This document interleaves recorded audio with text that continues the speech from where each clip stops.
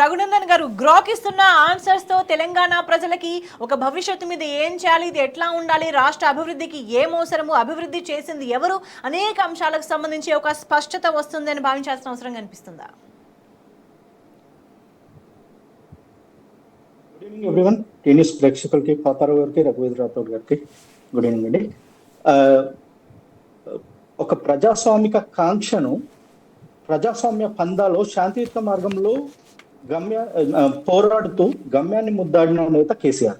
KCR is the number 1 CM, no doubt in that.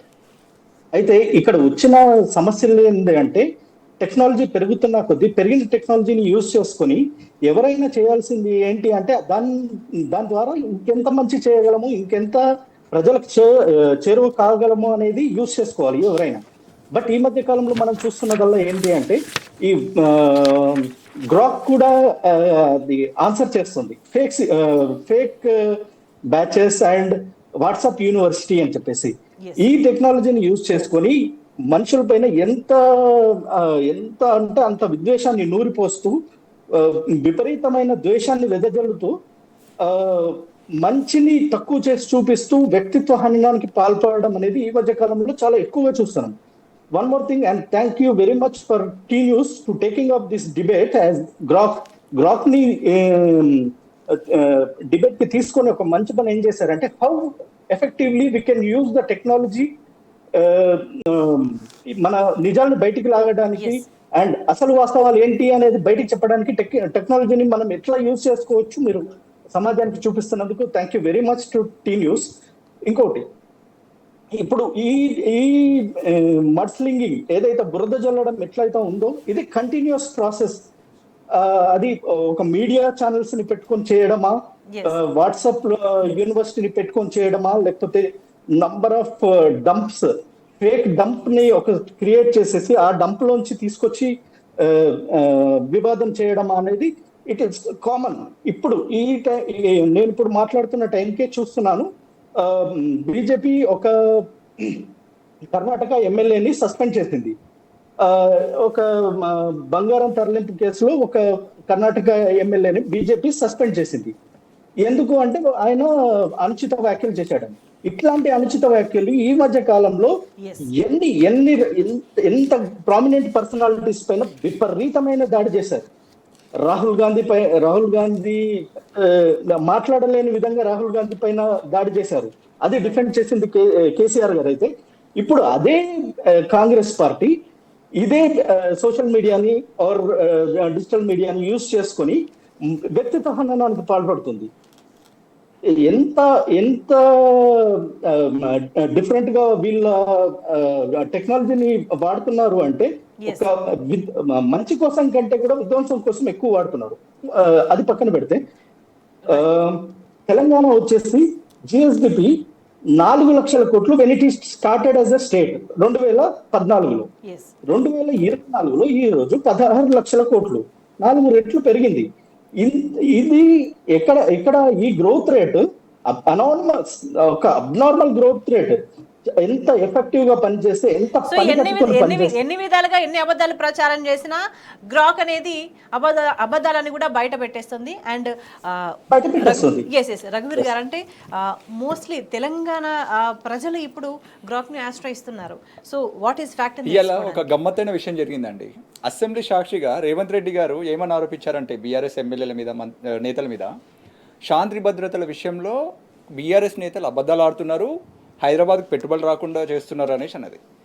అనుమానం వచ్చి రేవంత్ రెడ్డి పాలనలో తెలంగాణ శాంతి భద్రతలు ఎలా ఉన్నాయో సూటిగా సమాధానం చెప్పండి అనేసి ఒక క్లిక్ చేస్తే, రేవంత్ రెడ్డి పాలనలో తెలంగాణలో శాంతి భద్రతలు బాగా లేవు, నేరాలు, హత్యలు, అత్యాచారాలు, భూతగాదాలు పెరిగాయని విమర్శలు ఉన్నాయి అని స్పష్టం చేసింది. ఎగ్జాక్ట్లీ అండి. ఇది ఒక్కటనే కాదు, అప్పుల విషయంలో ఘోరం అండి. అసలు ఎంత ఘోరంగా ప్రచారం చేస్తున్నారు అని అంటే, ఈ ఏఐ గ్రాక్ ఏదైతే ఉందో స్పష్టం చేసింది, రేవంత్ రెడ్డి వాదనలో నిజం లేదు, రేవంత్ రెడ్డి అబద్ధం ఆడుతున్నాడు అనేసి ఈ గ్రాక్ స్పష్టం చేసిందనండి. ఇంతకంటే క్లారిఫికేషన్ అవసరం లేదు. ఇన్ని రోజులు ఏందనంటే, వీళ్ళు ఎన్ని రోజులు సోషల్ మీడియా వేదికగా వీళ్ళు ఏది చెప్తే అది నమ్మేస్తారు యువకులు అనేసి అనుకున్నది. అట్లాంటి వాళ్లకు గ్రోక్ అనే ఈ ఏఐ చెంపపట్టని చెప్పొచ్చు. అటు బీజేపీకి అయితే కానీ ఇటు ఈ ఫేక్ ప్రచారం మీద బతుకుతున్న కాంగ్రెస్ పార్టీకి అయితే ఏదైతే ఉందో ప్రస్తుత పరిస్థితిలో వాళ్ళకు ఒక ప్రాబ్లంగానే ఈ గ్రోత్ మారిందని చెప్పొచ్చండి. ఇక ముందు వాళ్ళ ఆట చెల్లవు. రైట్. అల్టిమేట్ గా పాపారావు గారు, తెలంగాణ అభివృద్ధిని కాంక్షించే వాళ్ళ వైఖరి ఎట్లా ఉంటుంది, తెలంగాణను నాశనం చేయాలనుకునే వాళ్ళ వైఖరి ఎట్లా ఉంటుంది, గ్రాక్ ద్వారా బట్టబయలైతుంది అనుకోవచ్చా ఒక మాటలో చెప్పాలంటే? అంతే మరి. ఇప్పుడు ఏంటంటే ఇన్ సమ్మరీ గ్రాఫ్ ద్వారా సమ్మరైజ్డ్ రూపాలు ఎన్ని రంగాల్లో అసలు మన కళ్ళ ముందే డేటా ఇంత నుంచి మనం అనేక సందర్భాల్లో చెప్పుకుంటుంది. ఉదాహరణ ఐటీ రంగంలో డేటా చూసుకుంటే 2014కి 23కి మధ్య ఐటీ ఎగుమతులు ఎంత పెరిగింది? 4 రెట్లు పెరిగింది. ఐటీలో జాబ్స్ ఎన్ని పెరిగినాయి? 3 రెట్లు పెరిగింది. అదొకటి. గ్రామీణ ప్రాంతాల్లో వ్యవసాయ ఉత్పత్తి ఎంత పెరిగింది? పంజాబ్ని దాటి మనం పెరిగినటువంటి స్థితి వాస్తవం కాదా? పంజాబ్ కూడా మనతో పోటీ పడలేక విలువెల్లాడిన పరిస్థితి వాస్తవం కాదా? ధాన్యం ఉత్పత్తి పర్ క్యాపిటల్ ఇన్కమ్ ఎన్ని రెట్లు పెరిగింది? 1,40,000 కోట్ల రూపాయల నుంచి 3 లక్షల, అంటే ఆల్మోస్ట్ అది కూడా 3 టైమ్స్. అంటే ఏ రంగంలో చూసినా ప్రతి 3 సంవత్సరాలకు ఒకసారి ఒక లీప్ డబల్ అవుతూ వచ్చింది.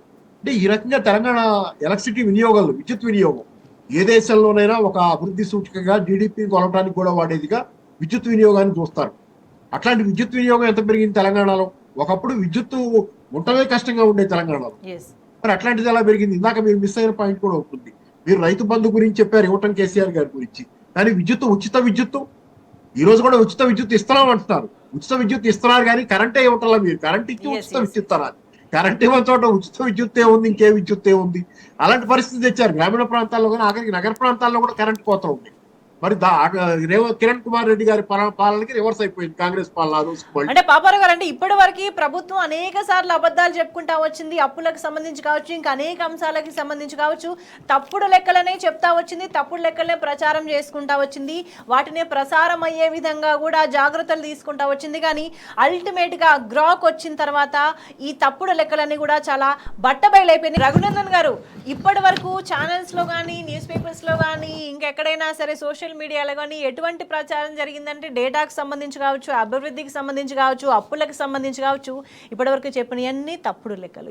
ఎంత అప్పులు కడుతున్నారు, గతంలో చేసినప్పుడు ఎంత కడుతున్నారు అనే దానికి సంబంధించి చెప్పింది తప్పు, ఎన్ని అప్పులు ఉన్నాయనేది చెప్పింది కూడా తప్పు.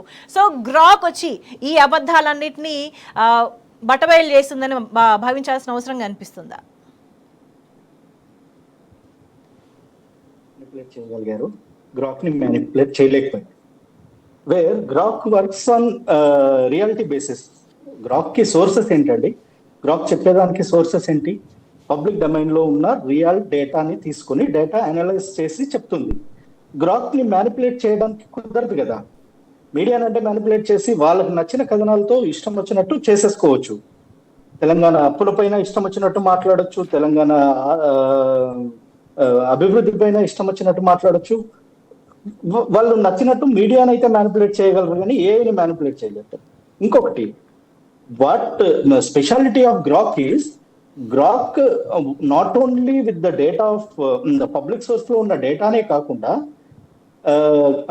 Other chatbots like Gemini AI, ChatGPT, Microsoft Copilot లాంటి చాట్ బోర్డ్స్ కంటే కూడా ఎందుకు గ్రాక్ ఇంత గ్లోరిఫై అవుతుంది అంటే, ఎక్స్ అనే ప్లాట్ఫామ్ లో ఉండే ఎక్స్టెన్సివ్ డేటా కూడా వాళ్ళ దగ్గర వాళ్ళకి అవైలబుల్ గా ఉంది. For all this analysis it is using X data also, where it represents public opinion directly. దాన్ని మ్యానిపులేట్ చేయలేరు కదా. అంటే సో ప్రధానంగా ఎవరికి అభివృద్ధి గురించి తప్పు మాటలు మాట్లాడాల్సిన అవసరం ఉంటుంది, ఎవరికి తప్పుడు లెక్కలు చూపించాల్సిన అవసరం ఉంటుంది, ఎవరికి తప్పుడు ప్రచారాలు చేయాల్సిన అవసరం ఉంటుంది అని అంటే ఆన్సర్ ఈజ్ క్లియర్. ఎస్. ఇప్పుడు ఏంటి అంటే గ్రాక్ కొన్ని ప్రకంపనలు సృష్టిస్తుంది, నిజమే. భయపడుతున్నారు, గ్రాక్ ఇట్లా మాట్లాడుతుంది, అట్లా మాట్లాడుతుంది, సిల్లీ రీజన్స్ ఏంటి, లాంగ్వేజ్ పైన కానీ, రిప్లైస్ పైన కానీ, అంటే ప్రజలు ఎట్లా ప్రశ్నలు అడిగితే అట్లా సమాధానాలు ఇస్తూ వస్తుంది. కానీ ఏం జరుగుతుంది అని అంటే ప్రభుత్వం తప్పుడు లెక్కలు చెప్తా ఉంది, తప్పుడు విషయాలన్నీ చూపిస్తా వస్తుంది, తప్పుడు ప్రచారాలు చేసుకుంటా వస్తుంది కదా బేసిక్ గా. సో వాటికి సంబంధించి అంటే ఎందుకు తప్పుడు లెక్కలు చూపించాల్సిన అవసరం ఉంది ప్రభుత్వానికి అనేది కూడా ప్రజలు ఆలోచించుకుంటున్నారు. గ్రాక్ లో వచ్చిన ఫ్యాక్ట్స్ అన్ని చూసి కూడా నిజమే అంటారా? ఇట్ ఈస్ కాల్డ్ తప్పకుండా అండి, ఎందుకంటే it is called gas lighting. ఒక ఒక నిజాన్ని అబద్ధంగా ప్రచారం చేయాలి అంటే దాని చుట్టూ ఎన్ని విధాలైన కథలు అల్లాలి, పదే పదే పదే పదే అది అబద్ధాన్ని కూడా జొప్పిస్తూ ఎస్ అది నిజం అని నమ్మేలాగా ప్రజల్ని మభ్యపెట్టేలాగా కథనాలు అల్లాలి, రాయాలి, చెప్పాలి. ఇదంతా చేస్తుంటే జరిగేది ఇదంతా. ఇది సో ఇప్పటిదాకా చేశారు. బట్ గ్రాక్ ఎట్లా పనిచేస్తుంది అంటే ఒక ఫ్యాక్ట్ చెకర్ లాగా పనిచేస్తుంది. సామాన్యునికి ఒక ఫ్యాక్ట్ చెకర్. ఇప్పుడు వాళ్ళు ఏది ఇప్పుడు ఒక సామాన్యుడు, నాలాంటి సామాన్యుడు ఎవరైనా, మీలాంటి వాళ్ళు ఎవరైనా ప్రభుత్వం ఒక డేటా పబ్లిష్ చేస్తే ఆ డేటాని వెరిఫై చేసుకోవాలంటే మళ్ళీ ఏ గవర్నమెంట్ ఆథరైజ్ ఉన్న డేటాని మనం సెర్చ్ చేసుకోవాలి. మనం వెళ్ళి పర్టికులర్ గా సెర్చ్ చేసుకోవడము, మనం ఇది ఉంది అని చెప్పడం కొంతమందికి మాత్రమే సాధ్యమయ్యే విషయం. అదే ఈ Grok type of AI machines ఏం చేస్తాయంటే పబ్లిక్ డొమైన్ లో ఉన్న నిజాల్ని మాత్రమే పట్టుకొస్తాయి. And it is not giving analysis, baseless analysis ఇవ్వట్లేదంటే Grok is providing you sources also. What are the sources it's been analysing. ఇంత అనాలిసిస్ తర్వాత ఇంత పబ్లిక్ రెస్పాన్సెస్ ని బేస్ చేసుకొని ఇస్తున్న గ్రాక్ రెస్పాన్స్ ఆబ్వియస్ గా నిజం. ఇంకొకటి ఏంటంటే ఇది చెప్పే డేటా ఇంకా భయపెడుతుంది. కొన్ని రకాల క్వశ్చన్స్ మీరు అడిగితే ఇంకా భయపడుతుంది. నేను ఒక క్వశ్చన్ అడిగాను, ఏంటి కేసీఆర్ గారిపై హిందుత్వ వ్యతిరేకి అనే ముద్ర ఎందుకు వేస్తుంటారు టైమ్ అండ్ అగైన్ అని. దానికి గ్రాక్ ఇచ్చిన సమాధానం ఏంటంటే కేసీఆర్ బీజేపీ విధానాన్ని, బీజేపీ ఓట్ల విధానాన్ని వ్యతిరేకిస్తాడు కాబట్టి అందుకు ఆ ముద్ర వేస్తున్నారు, కానీ ఇందులో నిజం లేదు, ఇది కేవలం రాజకీయ దురుద్దేశంతో చేస్తున్న ప్రచారం మాత్రమే అని క్లియర్ కట్ గా సమాధానం ఇచ్చింది. This is the reality. అంతేగాని ఈ ప్రచారాలన్నింటికీ కూడా ఒక ఎండ్ మార్క్ పడాల్సిన, ఏదో ఒక టైంలో ఎండ్ మార్క్ పడాలి. అండ్ సామాన్యుడి చేతిలో ఉండే ఫోన్ లో ఎక్స్ యాప్ లో గ్రాక్ అప్లికేషన్ వచ్చేస్తుంది కాబట్టి working as a fact checker. Yes, అల్టిమేట్గా రఘువీర్ గారు, అంటే ప్రధానంగా గతంలో పరిస్థితి ఎట్లా ఉండేదంటే ఎవరి పనులు వాళ్ళు, ప్రజలు యాజ్ యూజువల్గా పనులు చేసుకుంటూ పోయేవాళ్ళు. వాళ్ళ గురించి, వాళ్ళ లైఫ్ గురించి, ఒక డెవలప్మెంట్ గురించి, ఇంకా ఎట్లా బాగుండాలి, ఇంకా ఏం చేసుకోవాలి, ఎట్లా సంతోషంగా ఉండాలి, వీటి గురించి మాట్లాడుకునే వాళ్ళు. రైతులు వ్యవసాయం చేసుకునే వాళ్ళు, ఎవరి పనులు ఉద్యోగాలు, చదువుకునే వాళ్ళు, ఎంత జరుగుతూ ఉండేది. కానీ ఇప్పుడు పొద్దున లేచిన దగ్గర నుంచి కూడా లేవంగానే ఆలోచన ఏంటి అంటే ఎక్కడ చూసినా అన్ని సమస్యలు చుట్టుముడుతూ ఉన్నాయి కాబట్టి ఎందుకు ఈ సమస్యలు వచ్చినాయి అనేది కూడా క్వశ్చన్ చేసుకుంటా ఉన్నారు. ఆ నేపథ్యంలో వాళ్ళ ఆన్సర్స్ కూడా కోరుకుంటున్నారు, ఎందుకు కారణాలు వచ్చింది అనేది చాలా క్వశ్చన్స్ అడుగుతున్నారు. వాటికి సంబంధించి అంటే ఇప్పుడు పొద్దున్న లేస్తే ఏ మీడియా చిట్ చాట్లు అయినా కానీ, అసెంబ్లీ అయినా కానీ ఏమైనా అంటే ఇవాళ అప్పులపాలైంది, దానికి కారణం కేసీఆర్. ఇవాళ కరువు తాండవిస్తుంది, దానికి కారణం కేసీఆర్. రాష్ట్రంలో అన్ని సమస్యలకు కారణం కేసీఆర్. ఇది ఒక్కటే మాట అండి ఆయనకి, రేవంత్ రెడ్డి గారికి. అరే ప్రజలు మీకు అవకాశం ఇచ్చిర్రు, మీరు ఏం చేయాలో చూపెట్టాలి. ప్రతిదీ అప్పుల పాలైంది. మీరు ఇన్ని రోజులు అబద్ధంతో నెట్టుకురావడం ఇలా ప్రజలందరూ ఆశ్చర్యపోతున్నారు. ఏంటి 7 లక్షల కోట్లు అని అన్నాడు, తీరా చూస్తే నిన్న పార్లమెంట్ కానీ ఇవాళ గ్రోక్ ఏఐ కానీ ఏది అంత అబద్ధాలు, అంతా కూడా ఏం లేదు, అంత అసలు 7 లక్షల కోట్లు ఎక్కడ ఉన్నాయి అనేసి ఇలా స్పష్టం చేస్తూ ఉన్నాయి.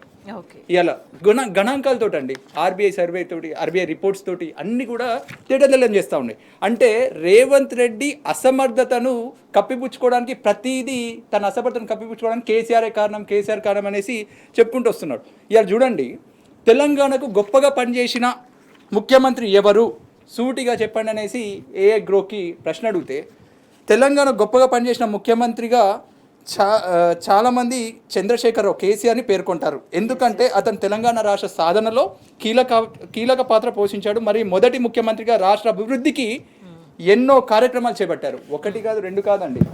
ఈ దేశంలో ఇవాళ దేశానికి ఒక దిక్సూచిగా కేసీఆర్ గారి పథకాలు నిలబడ్డాయి అనేది నిజం. ఇవాళ ఆయన చేసిన పనులు ఇవాళ ఎక్కడ ఏమంటారు, అధికారంలోకి వచ్చిన 2 రోజులకే కేసీఆర్ గారి ఆనవాళ్ళు లేకుండా చేస్తా అని ప్రకటన ఇస్తారు గౌరవ ముఖ్యమంత్రి గారు. అవునండి, నిజమే, కేసీఆర్ గారి ఆనవాళ్ళే లేకుండా చేస్తున్నారు. ఒకప్పుడు కేసీఆర్ గారి పాలనలో పచ్చగా ఉన్న పంటలు ఇవాళ ఎండిపోయి దర్శనమిస్తున్నాయంటే నిజమే కదా. కేసీఆర్ కానవాలే కదండి పచ్చని పంటలు, పైరు, పండు, నీళ్లు అన్నీ కూడా ఇవాళ అవన్నీ లేకుండా చేస్తున్నాడు వాస్తవానికి. కానీ ఈయన అసమర్థతను బయట పెడుతుంది ఏఐ మొత్తానికైతే. ఇంకోటి, తెలంగాణను నెంబర్ 1గా మార్చిన సీఎం ఎవరు? కేసీఆర్ అని స్పష్టంగా చూపిస్తుంది. వేరే ఏ ఎక్స్పెక్టేషన్ లేదు, సూటిగా చెప్పేస్తుంది. అంటే రాష్ట్రం ఏర్పడ్డ దగ్గర నుంచి రీసెంట్ టైమ్స్ వరకు కూడా ఎటువంటి పరిస్థితి ఉండేది తెలంగాణకు సంబంధించి అడిగినప్పుడు? అంటే ఉమ్మడి రాష్ట్రంలో ఉన్నప్పుడు ఇప్పుడు మాట్లాడుతున్నారు, ఇప్పుడున్న ప్రభుత్వంలో ఉన్న వాళ్ళు మాట్లాడుతున్నారు, ఒక్కొక్కసారి అప్పుడే బాగుండేదని అటువంటి మాటలు కూడా మాట్లాడుతున్నారు. అట్లాంటి అంటే వాళ్ళ అసమర్థతను ఈ రకంగా నెట్టుకొస్తున్నారండి. వాస్తవానికి ఏంటంటే ప్రజలు అంతా కూడా పూర్తిగా మేము ఏది చెప్తే అది నమ్మేస్తాము, ఎట్లుంటే అట్లా నమ్మేస్తాము అనే భ్రమలో వీళ్ళు ఎంతకంత తెగించి మాట్లాడుతున్నారు. ఒకటండి వాస్తవం ఏంటంటే 2014 నాటికి ఇప్పుడు యువత అంటే 18 ఏళ్ళు 20 ఏళ్ళ యువత అప్పుడు వాళ్ళకి ఊహ తెలియకపోవచ్చు. చాలా మంది చిన్నపిల్లలు వాళ్ళకి వాస్తవాలు తెలియకపోవచ్చు. వీళ్ళందరూ ఏదనంటే కేసీఆర్ అవినీతిపరుడు, కేసీఆర్ కాళేశ్వరంలో అవినీతి చేసిండని అంటారు. ఇవన్నీ ఒక్కటి నిరూపించినండి లేదు. ఇవన్నిటికి కూడా ఇవాళ ఇప్పుడు పిల్లలు యువత చాలా మంది ఫోన్లు పట్టుకుంటారండి. వాళ్ళకి కావాల్సింది ఎగ్జాక్ట్లీ అండి. ఈజీగా తెలిసిపోతుంది. వాళ్ళు సెల్ ఫోన్ పట్టుకుంటారు. వాళ్ళకి ఇది అంటే ఫ్యాక్ట్స్ ఏంటి, వాళ్ళకి ఇంట్రెస్టింగ్ అని ఆ కేసీఆర్ ఎలాంటోడు, what is about KCR, tell me about KCR అనేసి అని అంటారు. ఇప్పుడు చాలా విషయాల్లో వీళ్ళు కొన్ని విషయాలండి ఏమన్నా ఏంటంటే కేసీఆర్ గారు నిజంగా అవినీతి పరుడా అని అంటే వాళ్ళు ఇచ్చే సమాధానం ఏంది? ఇచ్చే సమాధానం ఇవన్నీ కూడా వాస్తవాలు, ఇవన్నీ ఏం ప్రూవ్ కాలేదు, ఇవి కేవలం కాంగ్రెస్ చేస్తున్న ఆరోపణలు మాత్రమే స్పష్టంగా పేర్కొంటుంది ఏఐ గ్రోక్. అంటే ప్రజలకైతే ఒక క్లారిటీ అయితే వస్తుందండి ఈ గ్రోక్ ఏఐ ద్వారా. అంటే ఇప్పుడు వచ్చిన చాట్ జీపీటీ అయితే చాలా జెమినీ అయితే చాలా ఏఐలు వచ్చాయి, కానీ గ్రోక్ చాలా యాక్టివ్గా పనిచేస్తుంది. అంటే ప్రస్తుత పరిస్థితులను అనలైజ్ చేసుకుంటూ ప్రతిదీ కూడా అంటే హిస్టరీని న్యూస్ పేపర్స్ కానీ ఇప్పుడు చూడండి చాలా డేటాని డిలీట్ చేస్తుంది ఈ గవర్నమెంట్. కేసీఆర్ హయాంలో ఉన్న డేటాని డిలీట్ చేస్తుంది, కానీ వాస్తవం ఏంటంటే ఆ డేటాని కూడా ఏఐ సంపాదించి పెడుతుంది. అంటే లైక్ న్యూస్ పేపర్లో డేటాని చెరిపేయలేరు కదా, ఎప్పటికప్పుడు డేటాను సేకరించి వాస్తవాలు ప్రజలకు తెలియజేసే కార్యక్రమం నడుస్తుంది. అలా ఏదైతే ఒకటైతే చెప్తున్నానండి, ఒక ముఖ్య విషయం చెప్పాలి. బీజేపీకి కూడా ఇది ఇన్ని రోజులు ఒక ఫేక్ న్యూస్ ఫ్యాక్టరీగా నడిచిన బీజేపీకి ఇప్పుడు ఇదే సోషల్ మీడియా వేదికగా ఏదైతే అధికారంలోకి వచ్చిందో ఇదే సోషల్ మీడియా దానికి ప్రాణ సంకటంగా మారనుందండి ఈ యాక్జిబిట్. నిన్న అడిగిన ప్రశ్న అండి, భారతదేశంలో తప్పుడు ప్రచారాలతోటి ఎక్కువ లాభపడిన రాజకీయ పార్టీ ఏది, రాజకీయ నాయకుడు ఎవరు, సూటిగా చెప్పండి అన్న దానికి సింపుల్గా వాళ్ళు ఇచ్చిన సమాధానం నవ్వొస్తుంది. రాజకీయ పార్టీ భారతీయ జనతా పార్టీ, అంటే జూటా పార్టీగా డైరెక్ట్గా సర్టిఫికేట్ ఇచ్చేసింది. అండ్ రాజకీయ నాయకుడు నరేంద్ర మోడీ, అంటే అబద్ధాల ద్వారా లబ్ధి పొందిన పార్టీ బీజేపీ పార్టీ అని, అట్లాగే అబద్ధాల ద్వారా లబ్ధి పొందిన నాయకుడు ఎవరు అంటే నరేంద్ర మోడీ అనేసి క్లీన్ చిట్ ఇచ్చేసింది. ఇట్లనే కాదు, అంటే నేనేమంటున్నానంటే యువతకి ఇది చేరువడంలో ఇప్పుడున్న ఈ అబద్ధాలు ఏదైతే ఉందో ఇప్పుడు రానున్న యువత ఒక క్లియర్ దారిలో వెళ్తారు అనడానికి ఈ గ్రోక్ ఏఐ అనేది చాలా ఉపయోగపడుతుందని నేను నమ్ముతానండి. చాలా డౌట్లకు, చాలా అనుమానాలకు ఈ గ్రోక్ ఏఐ ఏదైతే ఉందో ఫుల్ స్టాప్ పెట్టినట్లే అయిందండి. ఎస్ అంటే ఎందుకు కేసీఆర్ బెస్సీఎం అనే దానికి సంబంధించి కూడా గ్రోక్ చాలా అంశాలు ప్రస్తావించింది. సో ఎగ్జాక్ట్లీ ఇప్పుడు సొసైటీలో ఏం జరుగుతుందంటే ఏ అంశాలు గ్రోక్ ప్రస్తావించిందో ఆ అంశాలకు సంబంధించి ప్రజలు ఇబ్బందులు ఎదుర్కొంటున్న సిచ్యువేషన్స్ చాలా క్లియర్గా ఉన్నాయి.